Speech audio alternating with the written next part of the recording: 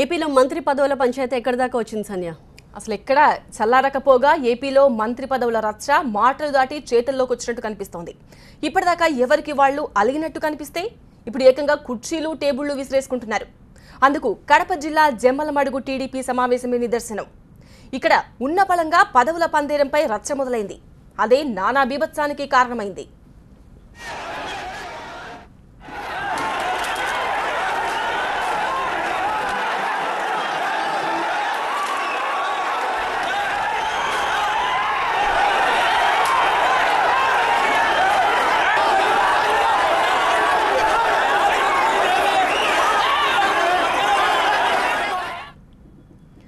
జిల్లాలో పార్టీకి చెందిన ఇద్దరు కీలక నేతలున్నారు.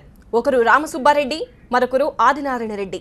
అయితే మొన్న జరిగిన మంత్రివర్గ విస్తరణలో ఆదినారాయణ రెడ్డికి పదవి దక్కింది. రామసుబ్బారెడ్డికి కేబినెట్ హోదా రాకపోవడానికి కారణం ఎంపీ సీఎం రమేషే అని ఆయన వర్గీయులు భావిస్తున్నారు. అందుకే సమావేశానికి రమేష్ రాగానే కార్యకర్తలు ఆగ్రహం వ్యక్తం చేశారు. మాట్లాడుతూ ఎంపీని రౌండప్ చేశారు. ఆ తర్వాత ఆందోళనకు దిగారు. ఇంకాసేపటికి కుర్చీలెత్తేశారు.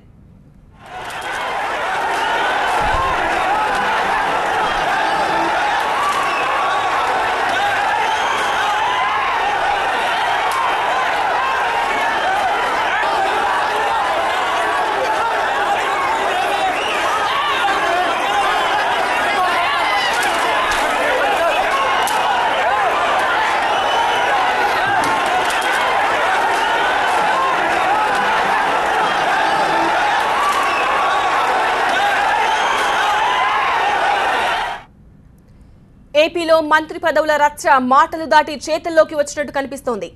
ఇప్పటిదాకా ఎవరికి వాళ్ళు అలిగినట్టు కనిపిస్తే ఇప్పుడు ఏకంగా కుర్చీలు టేబుళ్లు విసురుకుంటున్నారు.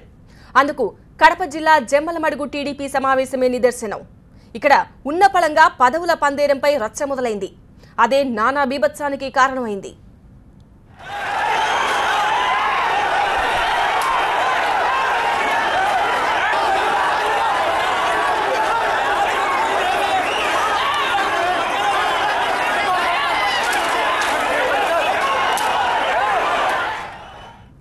జిల్లాలో పార్టీకి చెందిన ఇద్దరు కీలక నేతలున్నారు.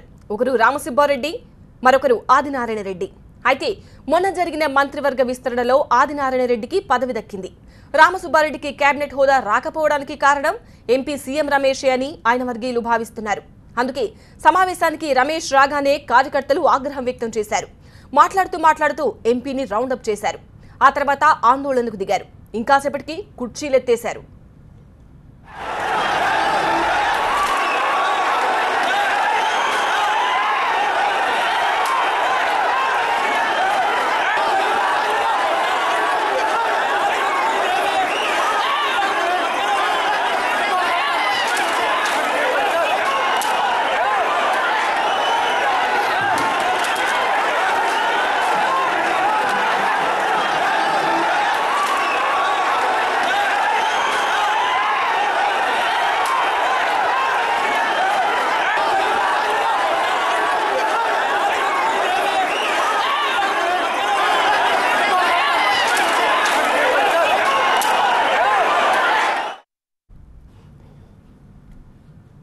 ర్యాంకుల్లో ఫస్ట్ వచ్చిన వాళ్ళకి సీట్ లేకుండా చేసిన చంద్రబాబు లాస్ట్ వచ్చిన వాళ్లకు మాత్రం బెస్ట్ సీట్ ఇచ్చారని రోజా విమర్శిస్తున్నారు.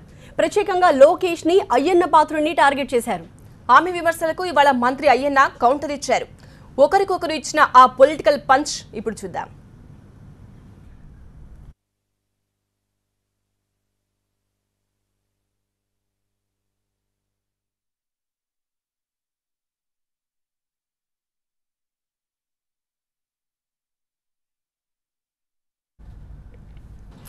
ఏపీ ప్రతిపక్ష నేత జగన్ అధికార పక్షం మీద ఫిర్యాదులతో ఢిల్లీలో నాన్ స్టాప్ భేటీలు నిర్వహిస్తున్నారు. చంద్రబాబుకు మొట్టికాయలే టార్గెట్ గా నిన్న రాష్ట్రపతిని కలిసిన జగన్ ఇవాళ పలువురు జాతీయ నాయకుల్ని కలిశారు. ఫిరాయింపు రాజకీయాలపై చర్చలు జరిపారు. బెయిల్ రద్దు పిటిషన్పై ఓవైపు హైదరాబాద్లో కేసు నడుస్తుండగానే జగన్ ఢిల్లీలో ఫిరాయింపు రాజకీయాలను వ్యతిరేకిస్తూ జాతీయ నాయకులను ఏకం చేస్తున్నారు. నిన్న రాష్ట్రపతి దగ్గరకు వెళ్లి ఏపీ ప్రభుత్వం రాజ్యాంగ విరుద్ధంగా వ్యవహరిస్తోందంటూ ఫిర్యాదు చేశారు. ఇప్పుడు అదే ఫిర్యాదుతో మిగతా జాతీయ నాయకులను కలిశారు జగన్. వైసీపీ పార్టీ సింబల్పై గెలిచి అనంతరం పార్టీ ఫిరాయించిన ఎమ్మెల్యేలు 4కి టీడీపీ సర్కార్ మంత్రి పదవులు ఇవ్వటంపై జైట్లీకి ఫిర్యాదు చేశారు జగన్. భవిష్యత్తులో ఇలాంటి వ్యవహారాలకు తావు లేకుండా పార్టీ ఫిరాయింపు నిరోధక చట్టానికి సవరణ తీసుకురావాలని కోరారు జగన్. సమాజ్వాదీ పార్టీ సుప్రీం ములాయం సింగ్ యాదవ్ను కూడా కలిశారు జగన్. ఏపీలో జరుగుతోంది రాజ్యాంగ విరుద్ధమంటూ మంత్రి పదవుల పంపకాన్ని వివరించారు. ఫిరాయింపు నిరోధక చట్టాన్ని మార్చేలా కేంద్రంపై ఒత్తిడి తేవాలని కోరారు. ఐలాండ్ వంటి ప్రాపర్టీస్, విలువైన ప్రాపర్టీస్, యారాడా వంటి విలువైన ప్రాపర్టీస్ ఆక్షన్కు రాకుండా ఏ రకంగా వాళ్ళు వ్యవస్థను మేనేజ్ చేసి అగ్రిగోల్డ్ డిపాజిట్లకు అన్యాయం చేస్తున్నారో వాటి మీద సిబిఐ చేత ఎంక్వైరీ చేయిస్తూ అగ్రిగోల్డ్ డిపాజిట్లకు మేలు చేయాలని చెప్పి కూడా అడుగుతూ ఇటు సిపిఐ జాతీయ కార్యదర్శి సురవరం సుధాకర్ రెడ్డిని వైసీపీ బృందం కలుసుకుంది. తమ పార్టీ గుర్తుపై గెలిచిన 21 మంది ఎమ్మెల్యేలను టీడీపీలో చేర్చుకున్నారని, వారిలో 4గురికి మంత్రి పదవులు ఇచ్చారని చెప్పుకొచ్చారు వైసీపీ నేతలు. రాజ్యాంగ ఉల్లంఘనపై జాతీయ స్థాయిలో చర్చ జరిగేలా చూడాలని వారిని కోరారు. ఎన్సీపీ చీఫ్ శరద్ పవార్ ను కలిశారు జగన్. రాజ్యాంగ ఉల్లంఘన ఏ రాష్ట్రంలో జరిగినా అడ్డుకునేలా చట్టసభల్లో సవరణలు చేయాలని, అందుకు అన్ని పార్టీలను కలుపుకుని వెళ్లే ఆలోచనతోనే జాతీయ నాయకులను కలుస్తున్నట్లు చెప్పారు జగన్. ఒకవైపు జగన్ ఢిల్లీలో ఫిర్యాదులు చేస్తుంటే ఇక్కడ చట్టం తన పని తాను చేసుకుంటూ పోతోంది. ఆయనపై ఉన్న కేసుల విషయంలో జైలా బెయిలా అన్న విచారణ వాయిదా పడింది. బెయిల్ని రద్దు చేయాలన్న సిబిఐ స్పెషల్ పిటిషన్పై జగన్ ఇవాళ కౌంటర్ దాఖలు చేశారు. అందులో ఏం ప్రస్తావించారు, దాన్ని స్వీకరించిన న్యాయస్థానం ఏం తేల్చింది? జగన్ సాక్షులను ప్రభావితం చేస్తున్నారని ఆరోపిస్తూ గత నెల సిబిఐ ప్రత్యేక న్యాయస్థానంలో పిటిషన్ దాఖలు చేసింది. ఆయన బెయిల్ను రద్దు చేసి మళ్లీ జైలుకు తరలించాలని కోరింది. అందుకు సంబంధించి జగన్ సొంత ఛానల్లో మాజీ సీఎస్ రమాకాంత్ రెడ్డి ఇంటర్వ్యూను ఆధారంగా చూపించింది. జగన్ కేసు నిలబడేది కాదన్న రమాకాంత్ రెడ్డి మాటలను బట్టి చూస్తే సాక్షులను జగన్ ప్రభావితం చేస్తున్నారని ఆరోపించింది. సిబిఐ వేసిన పిటిషన్పై కౌంటర్ దాఖలు చేయాలని జగన్ కు ఈ నెల 7 వరకు గడువు పెట్టింది. చివరి రోజు కావడంతో ఆయన తరపు కౌంటర్ను లాయర్లు కోర్టులో సమర్పించారు. టీవీ ఛానల్లో విలేకరు అడిగిన ప్రశ్నకు రమాకాంత్ సమాధానం చెప్పారు తప్ప దానికి జగన్ కు ఎలాంటి సంబంధం లేదని కౌంటర్లో ప్రస్తావించారు జగన్ లాయర్లు. ఈ కేసులు ఏంటంటే అతను మీడియా ముందుకు వచ్చి సాక్షి తనకు తానుగా చెప్పాడు కాబట్టి ఒక అభిప్రాయం చెప్పాడు. అంటే ఒక ఇంటర్వ్యూలో ఒక freedom of speech and expression ఏదైతే ఉందో ఆర్టికల్ 19 ప్రకారము, సో ఆయనకు ఉన్నటువంటి స్వేచ్ఛ ప్రకారం మాట్లాడినట్టుంది. సో జనరల్గా ఏంటంటే ఈ కేసులో పర్టికులర్గా సిబిఐ వేసిన పిటిషన్ కూడా నిలబడకపోవచ్చు. ఎందుకంటే ఇన్ఫ్లుయెన్స్ అనేటువంటిది లేదు. ఇన్ఫ్లుయెన్స్ ఉన్నప్పుడు మాత్రమే బెయిల్ అనేటువంటిది క్యాన్సిల్ అవుతుంది. సాక్షి గనక ముందుకొచ్చి అతను సిబిఐ వాళ్ళకి కంప్లైంట్ ఇస్తే జగన్మోహన్ రెడ్డి మేమందరం సాక్షులుగా ఉన్నాం, మమ్మల్ని ప్రభావితం చేస్తున్నారని కనుక సిబిఐ వాళ్ళకి చెప్తే ఖచ్చితంగా అది సీరియస్ కాన్సిక్వెన్సెస్ ఉంటుంది. అది చెప్పనంత వరకు ఎవరైనా సాక్షి తనకి ఇష్టం వచ్చినట్టుగా బయట మాట్లాడితే అది ప్రాసిక్యూషన్ యొక్క డిఫెక్ట్ కానీ అక్యూజ్డ్ యొక్క ఇన్ఫ్లుయెన్స్గా భావించుకోరు. మరోవైపు అసలు ఈ కేసులన్నీ రాజకీయ కుట్రలతో వేసినవని జగన్ చెప్తున్నారు. వాటిపై నిర్ణయం తీసుకోవాల్సింది కోర్టులు, న్యాయమూర్తులు తప్ప తాను ప్రభుత్వమో కాదనన్నారు. నా మీద ఉన్న కేసులు ఇప్పుడు కొత్తగా వచ్చినవి కాదు. 10 ఏళ్ల కిందటనే కేసుల మీద ఎంక్వైరీలు చేశారు. ఎంక్వైరీలు చేసి ఇప్పుడు ట్రయల్ జరుగుతూ ఉంది. నా మీద పెట్టిన ఈ కేసులన్నీ కూడా పొలిటికల్ కేసులే. 10 ఏళ్ల కిందట జరిగిన కేసులు. ఇప్పుడు వచ్చి కొత్తగా వీళ్ళు చేయగలిగింది ఏముంది? ఎవడు చేసేదేమీ లేదు. కోట్ల పరిధుల్లో ఉన్నాయి. దాని దారి కొద్దే జరుగుతుంది. బెయిల్ రద్దు చేయాలని సిబిఐ, సాక్షులను ప్రభావితం చేయడం లేదని జగన్. ఇటు పిటిషన్, అటు కౌంటర్ 2 వర్గాల వాదనలపై జరపాల్సిన విచారణను సిబిఐ న్యాయస్థానం ఈ నెల 21కి వాయిదా వేసింది. ఏపీలో ఇంకా విస్తరణ చిచ్చుపై ఆ మాట ఈ మాట పేలుతూనే ఉంది. ర్యాంకుల్లో ఫస్ట్ వచ్చిన వాళ్ళకి సీటు లేకుండా చేసిన చంద్రబాబు లాస్ట్ వచ్చిన వాళ్ళకి మాత్రం బెస్ట్ సీట్ ఇచ్చారని రోజా విమర్శిస్తున్నారు. ఆయన లోకేష్ కన్నా ఇంకా వేస్ట్ అని చెప్పి చంద్రబాబు నాయుడు డిమోషన్ ఇచ్చిన మరి అయ్యన్న పాత్రుడు గారు. ఈయనకి గిరిజన ప్రాంతంలో ఉన్న బాక్సైట్ మీద కానీ గంజాయి సాగు మీద ఉన్న ఇంట్రెస్ట్ ఈ ప్రత్యేక రైల్వే జోన్ మీద లేకపోవడం చాలా దురదృష్టకరం. ర్యాంకులు అని చెప్పి ఫస్ట్ ర్యాంక్ వచ్చిన పీతల సుజాతనేమో ఇంటికి పంపించారు. లాస్ట్ ర్యాంక్ వచ్చిన నారాయణ గారికేమో అదనపు శాఖ ఇవ్వటం జరిగింది. అలాగే ఈరోజు అయ్యన్న పాత్రుడు లాంటి వాళ్ళని మీరు వేస్ట్ అని చెప్పి డిమోషన్ చేశారు. అసలు ప్రజల చేత ఎన్నుకోబడకుండా దొడ్డిదారిని వచ్చిన లోకేష్ కి ఆ శాఖతో పాటు ఇంకా బరువైన శాఖలు పెట్టడం కూడా మనం చూసాం. ముద్దపప్పు అంటే పప్పు అంటే ఆడదాం నాకు తెలియదు. ముద్దపప్పు ఆట, ఎరిపప్పు ఆట, అది భాష ఎవరైనా టీవీలో మాట్లాడతారండి? ఇప్పుడు నేను అలా పచ్చిగా మాట్లాడమంటున్నాను, అంతకంటే ఎక్కువ మాట్లాడుతున్నాను రోజా గురించి. అసలు బజారులో రికార్డింగ్ డ్యాన్స్లు వేసుకుంటూ బతికి నువ్వు మా ఆంధ్ర రాష్ట్ర ప్రజల తాలూకు కర్మగాలి అసెంబ్లీకి వచ్చావు. ఇప్పటికన్నా బుద్ధి తెచ్చుకొని బతకడం నేర్చుకోవడం మంచిదని చెప్పి రోజా గారికి వచ్చాను. అంతకంటే ఆవిడ గురించి మాట్లాడడం మంచిది కాదు. దీప్తి, నిన్న మనం కేసీఆర్ అడుగుజాడలో కేటీఆర్ ఎలా నడుస్తున్నాడో మాట్లాడుకున్నాం కదా, సేమ్ సీన్ ఏపీలో కూడా రిపీట్ అయింది. యు మీన్ చంద్రబాబుకి లోకేష్ డిట్టోనా ఇప్పుడు? ఎస్, చంద్రబాబు స్టైల్ని లోకేష్ కూడా ఫాలో అవుతున్నాడు అన్నావు సంధ్య. ఎస్, సేమ్ టు సేమ్ తండ్రి ఫార్మాటే కొడుకులో కూడా కనిపిస్తోంది. చంద్రబాబు సీఎంగా బాధ్యతలు తీసుకుంటూ తొలి 3 సంతకాల ట్రెండ్ను తీసుకొస్తే మంత్రిగా లోకేష్ ఇప్పుడు అదే ట్రెండ్ను ఫాలో అయ్యారు. ఏపీ ఐటీ పంచాయతీ శాఖల మంత్రిగా బాధ్యతలు తీసుకున్న లోకేష్ పూజలు పునస్కారాలతో తన ఛాంబర్లో అడుగుపెట్టారు. ఎమ్మెల్సీగా ఎన్నికయ్యారో లేదు, ఏపీ ఐటీ పంచాయతీరాజ్ శాఖ మంత్రిగా లోకేష్ కు బృహత్తర బాధ్యతలు అప్పచెప్పారు సీఎం చంద్రబాబు. ఆ శాఖకు సంబంధించి తాజాగా బాధ్యతలు చేపట్టారు లోకేష్. సచివాలయంలోని 5వ బ్లాక్లో ఉన్న తన ఛాంబర్లో ప్రత్యేక పూజలు నిర్వహించారు.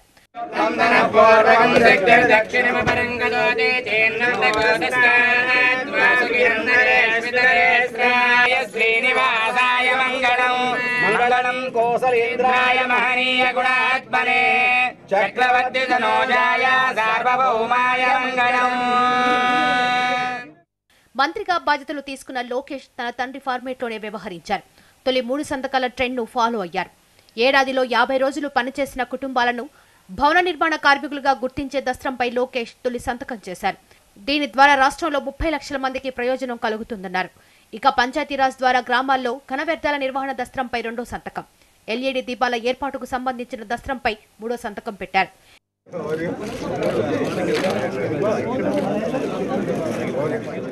ఇక ఐటీ శాఖ మంత్రిగా H1B వీసాల అంశాన్ని ప్రస్తావించారు లోకేష్. త్వరలో అమెరికా సర్కార్లోని ప్రముఖులతో వీసాల వ్యవహారంపై మాట్లాడతామంటున్నారు. H1B ఇష్యూ కూడా నా దృష్టికి వచ్చింది. మొన్న నా దృష్టికి వస్తే నేను కేంద్ర మంత్రులతో కూడా నేను డిస్కస్ చేశాను. అది మేమే వాళ్ళ అకార్డింగ్గా మనం ఎవరైతే అమెరికా ప్రభుత్వంతో కోఆర్డినేషన్ మేము చేస్తాం. అట్లా మీకు జాగ్రత్తగా చేయాలి, అది కొంచెం కోఆర్డినేషన్ చేసి చేద్దాం. అంటే ఇంకా పాలసీలో క్లారిటీ రాలా, నేను స్పందించే ముందంటే ముందర డిస్కషన్ ఓపెన్ చేసి దాని తర్వాత ఏం చేయాలి చేద్దాం. నీటి సమస్య లేకుండా చేయడం, ఎక్కడికక్కడ పరిశుభ్రత ప్రధాన అంశాలుగా 2 ఏళ్లలో గ్రామాలు తండాలను అభివృద్ధి చేస్తామంటున్నారు లోకేష్. తవ్వకాలు ఇంకా పూర్తి కాలేదు. ఏ తవ్వకాలు? మోహన్ రెడ్డి గుర్తున్నాడా? వడ్డీలతో నడ్డి విరిచిన పోలీస్ మోహన్ రెడ్డిగా అతనే. వడ్డీ దందాతో కరీంనగర్ జిల్లాలో సంచలనం సృష్టించిన మోహన్ రెడ్డి ఇంట్లో ఏసీబీ అధికారుల దాడులు ఇంకా కొనసాగుతున్నాయి. మోహన్ రెడ్డి బంధువులు, స్నేహితుల ఇళ్లలో ఏకకాలంలో దాడులు చేశారు. ఆదాయానికి మించి ఆస్తులున్నట్టు గుర్తించిన ఏసీబీ పలు కీలక పత్రాలను స్వాధీనం చేసుకుంది. ఈ రైట్స్ కొలికి రావాలంటే ఇంకో 3 రోజులు పట్టే అవకాశం కనిపిస్తోంది. అక్రమ వడ్డీ దందా, ఆస్తుల కబ్జా కేసులో జైలుకు వెళ్లిన మాజీ ఏఎస్ఐ మోహన్ రెడ్డి బెయిల్పై బయటకొచ్చారు. మోహన్ రెడ్డి పోలీస్ డిపార్ట్మెంట్లో ఏఎస్ఐయే కానీ ఆయన ఆస్తుల లెక్క 1000 కోట్లు. కరీంనగర్ జిల్లా కేంద్రంగా అధికారాన్ని అడ్డం పెట్టుకుని అక్రమ వడ్డీ దందా, బెదిరింపులతో కోట్ల ఆస్తులు కూడబెట్టారనే అభియోగంతో అరెస్టైన మోహన్ రెడ్డి బెయిల్పై బయటకొచ్చారు. అయితే మళ్లీ ఇప్పుడు మోహన్ రెడ్డి అక్రమాస్తుల చిట్టా విప్పే పనిలో పడ్డారు ఏసీబీ అధికారులు.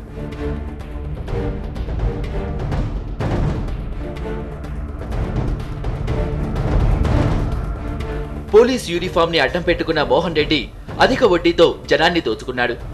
50 మంది బినామీల పేరుతో 1000 కోట్లకు పైగా జనం నుంచి పిండుకున్నాడు ఈ ఏఎస్ఐ. చాలా మంది దగ్గర నుంచి ఆస్తులకు ఆస్తులే తన పేర రాయించుకున్నాడు. దీనంతటికి ఒంటిపై ఉన్న ఖాకీ చొక్కాని అడ్డం పెట్టుకున్నాడు మోహన్ రెడ్డి. అప్పివ్వటం, ఆస్తులు కొట్టేయటమే పనిగా అరాచకం సృష్టించాడు.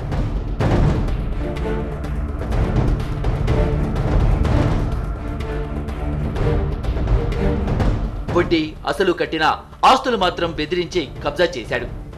మోహన్ రెడ్డిపై అనేక మంది ఆరోపణలు చేశారు.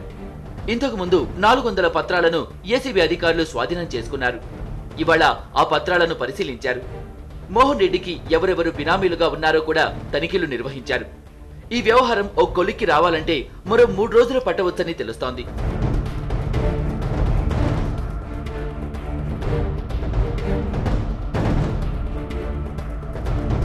పేదల ఆస్తులను బెదిరించి దోచుకున్నాడు మోహన్ రెడ్డి. కొందరు పోలీస్ కానిస్టేబుళ్లు, మరికొందరు రౌడీలను కలిపి ముఠాను తయారు చేసిన మోహన్ రెడ్డి అరాచకంగా ప్రవర్తించాడు. ఎవరు ఎదురు తిరిగినా తుపాకీతో బెదిరించేవాడు, లేదంటే ఇంటి మీద పడి తన మనుషుల చేత దాడులు చేయించేవాడు. పోలీస్ డిపార్ట్మెంట్ ఒక్కటే కాదు, మరికొంతమంది ప్రభుత్వ ఉద్యోగులు కూడా మోహన్ రెడ్డికి సహకరించారన్న ఆరోపణలున్నాయి. దీప్తి, తెలంగాణలోనే కాదు ఏపీలో కూడా అవినీతికి లేటెస్ట్గా ఓ బ్రాండ్ అంబాసిడర్ వచ్చాడు. గంగాధరమేనా? ఎస్, అతను కూడా ఏసీబీకి పట్టుబడి 130 కోట్ల అక్రమ నిల్వలపై సమాధానం చెప్పలేక తడబడుతున్నాడు. ప్రస్తుతం సెంట్రల్ జైల్లో కటకటాలు లెక్క పెడుతున్నాడు గంగాధరం. ఆంధ్రప్రదేశ్ R&B శాఖలో చీఫ్ ఇంజనీర్గా పనిచేస్తున్న గంగాధరం ఒక పెద్ద అవినీతి తిమ్మంగళంగా ఏసీబీ వలకు చిక్కాడు. అతని ఆస్తుల విలువ 130 కోట్ల రూపాయలుంటుందని ఏసీబీ అధికారులు అంచనాకొచ్చారు. తెలంగాణ, ఆంధ్రప్రదేశ్, కర్ణాటకలో గంగాధర్ ఆస్తులు కొన్నాడు. ఇక ఆంధ్రప్రదేశ్లోని దాదాపు ప్రతి పట్టణంలోనూ గంగాధర్కు ఆస్తులున్నాయి.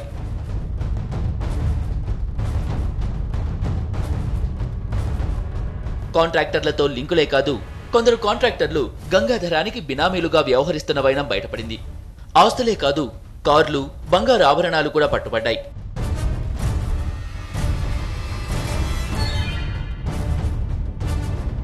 (1982) ఉద్యోగంలో చేరిన గంగాధరం ఇప్పటికీ సంపాదించిన సొమ్ము 130 కోట్ల పైమాటే. ఇంకా దొరకాల్సింది చాలానే ఉంది.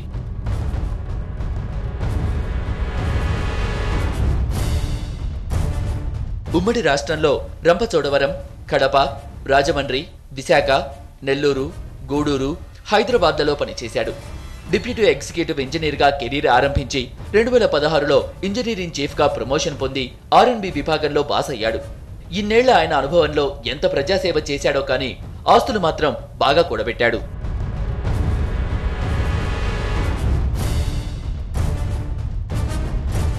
విజయవాడలోని గంగాధరం కార్యాలయం నుంచి కంప్యూటర్ హార్డ్ డిస్క్ స్వాధీనం చేసుకున్నారు. దాన్నిప్పుడు విశ్లేషిస్తున్నారు. దీనిలో కీలక ఆధారాలు లభించవచ్చని ఏసీబీ అధికారులు భావిస్తున్నారు.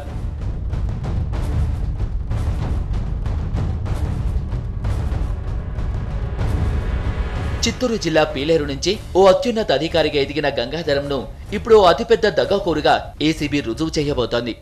ఆయనతో టచ్లో ఉన్న కాంట్రాక్టర్లు, బినామీలు, స్నేహితులు అందర్నీ దులిపి అసలు అవినీతి విలువ తేల్చబోతోంది.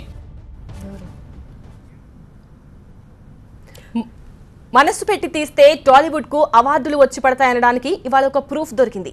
ఒక ఫీల్ గుడ్ మూవీ, ఒక మెసేజ్ ఓరియంటెడ్ మూవీ, ఒక కమర్షియల్ మూవీ టోటల్గా జాతీయ స్థాయిలో మంచి పేరు తెచ్చుకున్నాయి. 64వ నేషనల్ ఫిల్మ్ అవార్డ్స్లో టాలీవుడ్ సత్తా చాటింది. I don't want this marriage.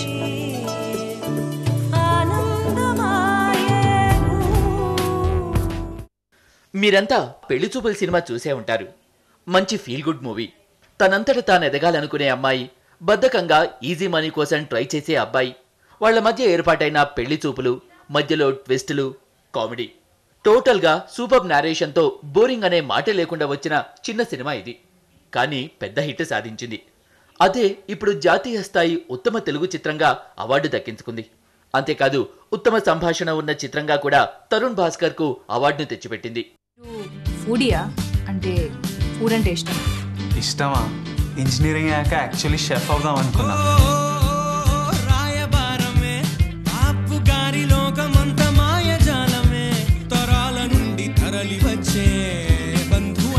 అరే కష్టపడి సప్లీలు రాసి ఇంజనీర్లు అయినాం రా. ఇప్పుడు వంట చేస్తా, నా బంద చేసుకుంటా అని తిరుగుతాడు. ఇక ఫుల్ రేంజ్ కమర్షియల్ హిట్ కొట్టిన ఎన్టీఆర్ జనతా గ్యారేజ్ కూడా నేషనల్ ఫిలిం అవార్డును కొట్టేసింది. ఉత్తమ నృత్య దర్శకుడిగా రాజు సుందరాన్ని జాతీయ స్థాయిలో నిలబెట్టింది. బలవంతుడు బలహీనుణ్ణి భయపెట్టి బతకడం ఆనవాయితీ.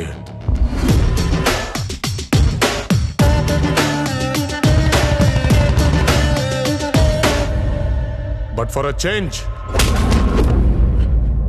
ఆ బలహీనుడి పక్కన కూడా ఒక బలం ఉంది. జనతా గ్యారేజ్. ఇక విదేశాల్లో సెటిల్ అయిన బిడ్డలు ఏడాదికి ఒక్కసారి కూడా కన్న తల్లిదండ్రులను చూడటానికి రాకపోతే ఆ బాధ ఎలా ఉంటుందో చెప్పిన చిత్రం శతమానం భవతి. యూత్ నుంచి వృద్ధుల వరకు అందర్నీ థియేటర్లకు రప్పించింది. అందుకే నేషనల్ ఫిలిం అవార్డుల్లో ఉత్తమ ప్రజాదరణ కలిగిన చిత్రంగా పేరు దక్కించుకుంది.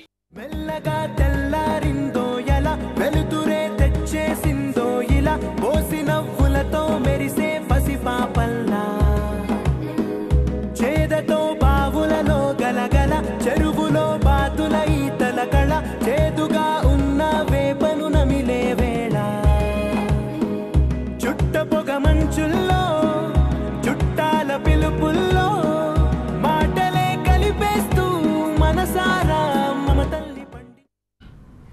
That's all in 2 states. మరిన్ని అప్డేట్స్ కోసం చూస్తూనే ఉండండి TV9.